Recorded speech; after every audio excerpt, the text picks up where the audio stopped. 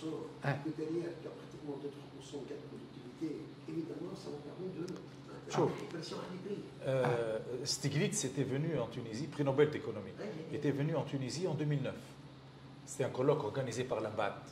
Comme c'est Stiglitz, personne ne pouvait parler. Il leur a dit, vous n'êtes pas en train de faire de la croissance, parce que tout le monde était content, on faisait du 4-8 simple. Vous ne faites pas de la croissance, vous faites de la stabilité. C'est très différent. On avait un système qui tournait, mais il tournait pour rester constant. Or, un système qui tourne pour rester constant, il arrivera un moment où tu vas avoir des contraintes qui vont le faire tomber. Moi, je suis sûr qu'il y a beaucoup joué au niveau de l'inflation en Tunisie. On n'en parle pas beaucoup. L'accord d'association avec l'Union européenne, 94. Les entrées, les sorties, etc. Je suis certain, et des études le montrent, qu'il y a eu un impact au niveau, pas au niveau des prix directs, c'est absurde de dire ça, au niveau d'une structure d'évolution des prix. Parce que tu as une modification dans l'équilibre offre-demande et production. Et donc, automatiquement, à ce moment-là, ça change. Je voudrais revenir juste ce que vous avez dit tout à l'heure. Hein?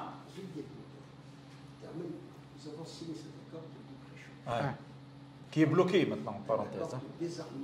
Exact. Le fait est qu'effectivement, finalement, nous, libre-échange, finalement, 3 doigts. Alors, du coup, tout en maintenant, les 3 doigts comme ACP, Marcoc, MAS, en Chine. Ce qui fait que je trouve ça. Maintenant, oui, finalement, se retrouver dans la façon de 3 doigts, mais différentiellement par rapport à la Chine, SEC, et c'était finalement dans des situations beaucoup plus concurrentielles. Avantageuse. Oui. En même temps, alors les prix finalement, la possibilité d'augmenter légèrement les prix parce que l'Ukraine, évidemment, il pouvait se protéger. Mais il ne faut pas oublier, l'accord a été fait d'abord avant que, avec du recul, tout le monde le sait, c'est un accord politique. C'était pas pour les dirigeants de l'époque, ce n'était pas un accord économique. C'était un accord politique. Voilà, nous sommes avec vous, nous sommes arrimés à l'Europe. Je n'aime pas beaucoup ce mot-là, d'accord? Nous sommes arrimés à l'Europe, des échanges. Autrement dit, nous suivons le bateau européen. On a vu ce que ça nous a donné. Le fait est que finalement, cet accord a été suivi par un plan de programme de mise à niveau. Le programme de mise à niveau, c'est une réussite. J'ai fait. Nous avons pu résister à une certaine résilience. Nous le devons effectivement à ces programmes successifs. Et ce sont ces entreprises-là qui ont tenu dans le Covid. Absolument. C'est ça ce qu'il faut souligner. L'accord de libre-échange, je pense, l'accord de libre-échange, je pense qu'il a eu un impact positif sur l'inflation. Pourquoi? Pour la raison suivante, parce qu'il s'est accompagné d'un démantèlement tarifaire. C'est-à-dire que nous, qui étions importateurs essentiellement de produits européens à 80%, on se retrouve avec des produits qui sont devenus moins chers. Et ceci a eu cet impact. Quand je dis on a commencé à 7% l'inflation au début des années 90 et on a terminé à 1,5%, à 2% en 2000-2001, ce mouvement-là a été alimenté par plusieurs choses. Le démantèlement tarifaire, il y a eu une politique budgétaire disciplinée, il y a eu ce qu'on appelle une discipline financière pour l'ensemble du pays. Alors, déficit budgétaire inférieur à 3%, la croissance de la masse monétaire a été maîtrisée, c'est-à-dire que tout l'État... Alors, le taux d'endettement, je prends le... Il tournait à 40%. Au début des années... Le taux d'endettement, y compris public. On était à 65% en 1990. Avant le plan d'ajustement structurel, on était à 55-58%. On s'est endetté au départ, c'était nécessaire pour rétablir les réserves de change, etc. On est arrivé à 65% et on a eu un mouvement continu de baisse graduelle, pas très importante, jusqu'à une année charnière. C'est 2006 avec la vente de Tunisie Télécom, la privatisation de 35% du... Les 3 milliards, c'est-à-dire c'était 2 milliards 200 en dollars, ça a donné 3 milliards 200 en dinars tunisiens. On a payé une partie de la dette de court terme de l'année 2006. On a payé la dette qui était la plus chère, parce qu'on avait des dettes donc à différentes échéances. Et là, on a eu c'est-à-dire une réduction qui nous a amené en 2010 à un taux d'endettement de 38%. Alors, ce 38%, il est aujourd'hui à 80%. C'est depuis 2020. C'est-à-dire que le mouvement de désendettement qui a eu lieu, c'est-à-dire en matière de ratio, il a été effacé en quelques années. Sauf que finalement, c'est la double peine, parce qu'on était à 40% avec une capacité de production, un potentiel de production qui était énorme, plus élevé que dans le 80% et une capacité inférieure. Énormément. On n'est plus en capacité de se donner les moyens pour rembourser Israël en emprunt. Mais c'est ça les tensions sur l'offre. Quand tu as une tension sur l'offre, avec une demande qui reste constante, constante, supposons qu'elle n'augmente pas, automatiquement tu as une inflation. Élite la remarque, en Tunisie, l'inflation est alimentée par plusieurs côtés. Tu as le côté production, donc tu as une tension sur l'offre. Tu as le côté demande, tu as le côté secteur informel, tu as le côté, on l'oublie, le financement monétaire du déficit public. C'est un élément de pic d'inflation très important. Là, on y est. On rentre dans ce canal-là que moi, j'estime très dangereux. C'est-à-dire, malgré tous les efforts que l'on peut faire, tu as une politique monétaire qu'on appelle accommodante. Vous avez besoin de déficit cadet. Tu es en train de financer une dépense improductive. Et justement, Anna, il faut insister sur l'idée de politique monétaire. Elle est à la fois en apparence restrictive par la hausse des taux d'intérêt, mais en même temps, en réalité, accommodante vis-à-vis du secteur public. Du déficit public. J'ai fait les calculs du secteur, le secteur bancaire dans son ensemble. C'est le paradoxe. Alors, quand je prends tout le secteur bancaire, l'ensemble, le total des crédits à l'économie. Alors, la part qui est allouée à l'État, elle était en 2010-2011 de 14%. Alors, aujourd'hui, elle est de 28%. C'est-à-dire 14%. Elle a doublé, la part a doublé, et c'est au détriment, bien sûr, du secteur privé. Et là, l'effet d'éviction, il est clair aux dépens du secteur privé. Il y a à la fois l'effet d'éviction, mais il y a l'effet de ciseaux. Il y a moins d'investissement, moins de crédit de l'économie, moins de production. Attention, ça va venir à Dieu, on a tendance à augmenter. Donc, il dit que l'activité en fonction, pourquoi on fait des dépenses courantes en part, qui alimente la consommation, et bien évidemment, ça va profiter à quelque chose. Et d'ailleurs, regarde, les crédits bancaires à l'économie, en 2023, et là c'est la même tendance, a augmenté de 3%, ça c'est jamais vu, alors que les crédits bancaires à l'État sont à 13%. Et ça, c'est ce que... C'est le nominal,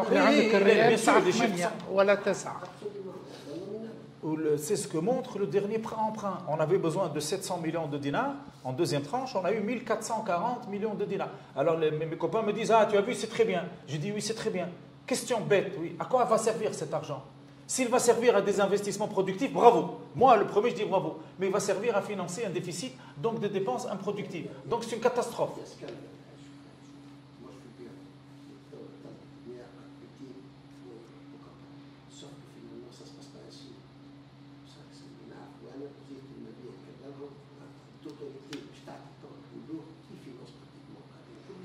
C'est 40% du secteur bancaire. Ou les intermédiaires en bourse. Ouais. Mais c'est un effet d'éviction pour les entrepreneurs.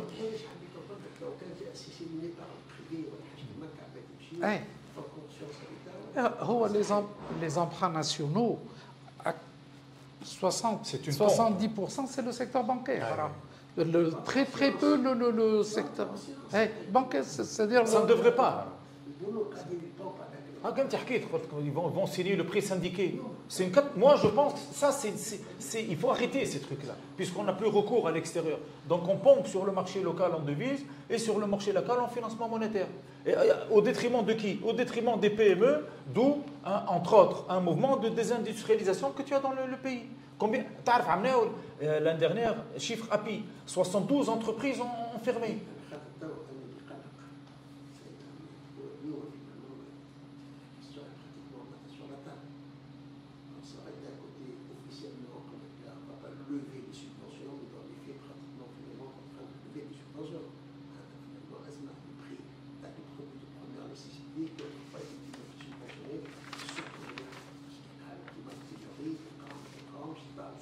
Donc, le fait est que finalement, si on lâche un peu finalement, pas parce que subvention, du coup, le prix va monter. Et quand on sait qu'effectivement, l'alimentaire, c'est quand même 50% des banques du panier. Un peu moins, là, un peu moins. 51%. Est-ce que quand on fruits et légumes, tout ce qui est fruits et légumes, des viandes, poisson aussi, des dérivés. شو تحكي عن produits frais ولا تحكي عن les produits في الديبونس في البانييه سي 40 bon il faut vérifier et là c'est important comme finalement il y a une pression sur les prix sur le climat subventionné surtout que vous le disiez vous-même tout à l'heure effectivement l'espace budgétaire il y a plus de marge de manœuvre. Tu as 7,5 de déficit budgétaire, c'est énorme. Il va y avoir une pression sur la demande du secteur touristique et des travailleurs tunisiens qui reviennent. C'est-à-dire qu'on va voir à peu près je ne sais pas, au moins 2 millions ou 3 millions de personnes en plus qui vont faire une demande et une pression sur la demande sur les prix. Qui n'augmente pas.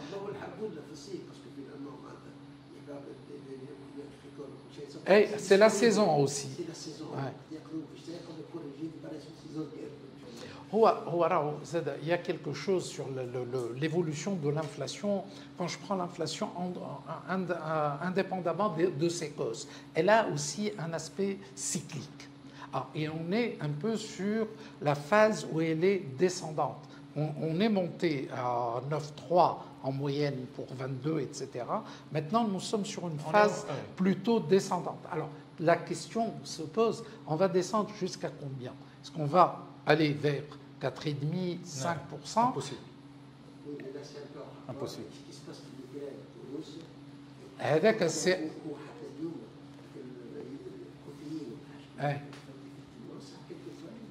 Alors, ce qui s'est passé en 22,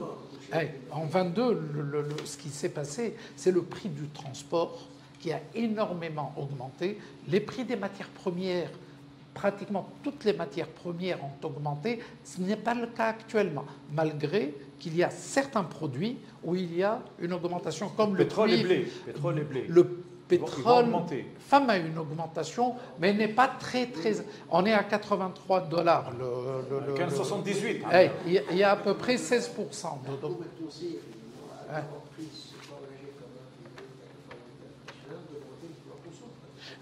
Alors,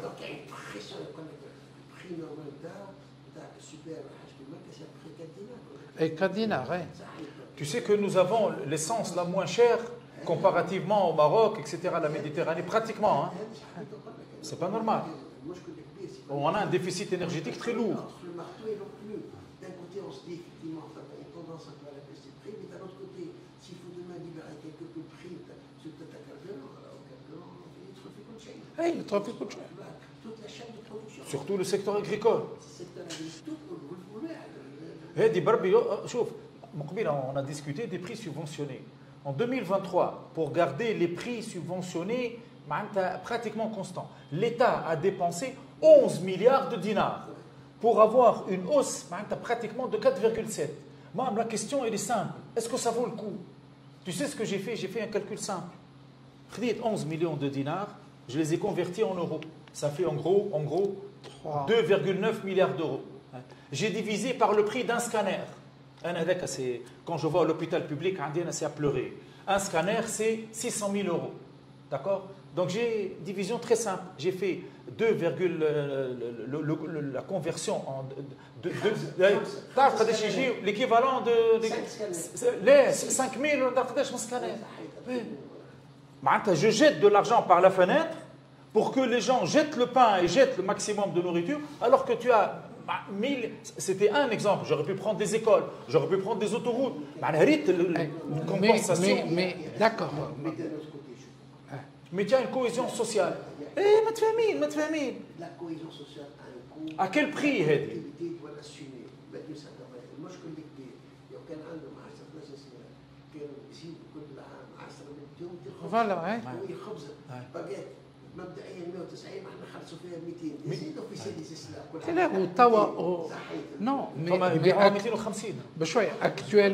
actuellement, c'est-à-dire on achète le pain beaucoup plus cher parce qu'on ne trouve plus la baguette. Il y a les queues devant les boulangeries et les gens achètent leur pain dans d'autres endroits à des prix qui sont le double ou le triple pour taboune à 600 millim.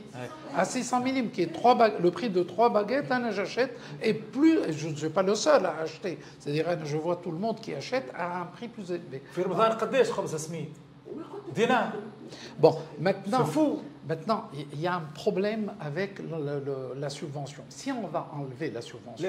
pas d'un coup. Non. Je parle surtout de la subvention sur les carburants ou la subvention sur les produits alimentaires. Bon, mon avis, c'est que ne pas toucher la subvention sur les produits alimentaires, sauf par petites doses. Par contre, la subvention sur l'énergie, essentiellement, parce que c'est elle qui bouffe la plus grosse part des subventions. Voilà, c'est le poste le plus important. Oui, mais ça aura un impact important sur l'inflation.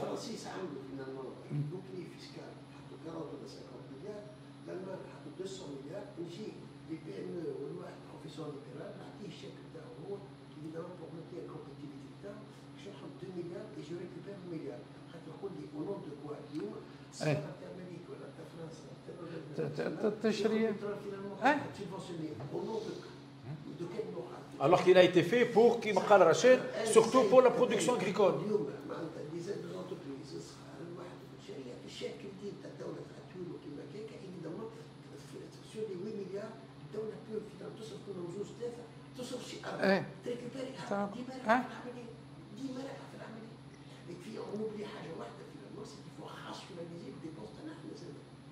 Le secteur, tu sais, Hedi, je vais donner un chiffre simple. Hedi, tu sais, il y a combien? Hedi, 900 000 baguettes sont jetées. Tu sais, il y a combien de voitures dans le secteur public? 800 000. Le parc, 800 000. C'est fou. Et ça, c'est pas de l'argent.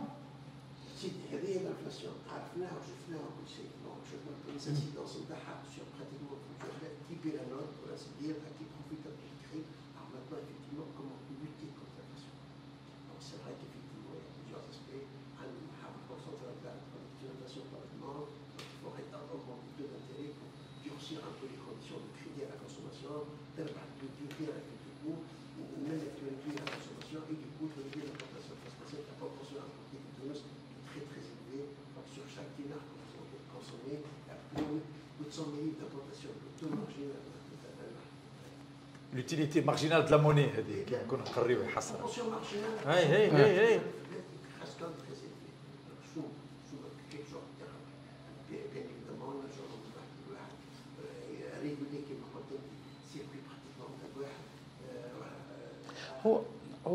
Si on veut lutter sur l'inflation, des postes à maîtriser. Il y a deux manières de maîtriser la demande. Il y a la manière de la maîtriser par les prix, par le taux d'intérêt, par exemple. L'autre manière, c'est le budget de l'État qui doit diminuer de dimension. Et là, c'est important. Ça a été fait dans les années 80 quand on a fait un régime minceur. C'est ça. Mais c'est dangereux. Parce que tu as un effet vicieux. Mais c'est une nécessité. Une étape. Avec une demande très claire. Consommation, investissement, dépenses publiques. Alors, l'élément qui pose problème, c'est les dépenses publiques. Il faut réduire les dépenses publiques, quitte à faire des coupes budgétaires sur certains postes, sur l'investissement public, parce que tout le monde est en train de dire l'investissement public. Alors, pour pouvoir faire des autoroutes... Oui, une variable d'ajustement, mais qui se fait aussi à la baisse. En 86, quand il y a eu le plan d'ajustement structurel, alors, on n'imaginait pas à cette période que l'investissement en nominal baisse. On était sur des taux d'investissement de 36% et de 30% dans les années 80. Là, dans les années 80, on était à 35 et 36%. Donc, mais c'était démesuré. Bon, maintenant, il faut donc réduire les dépenses de l'État, inévitablement. Deuxième point, maîtriser le taux de change, parce que l'effet taux de change sur les prix est très, très important en Tunisie.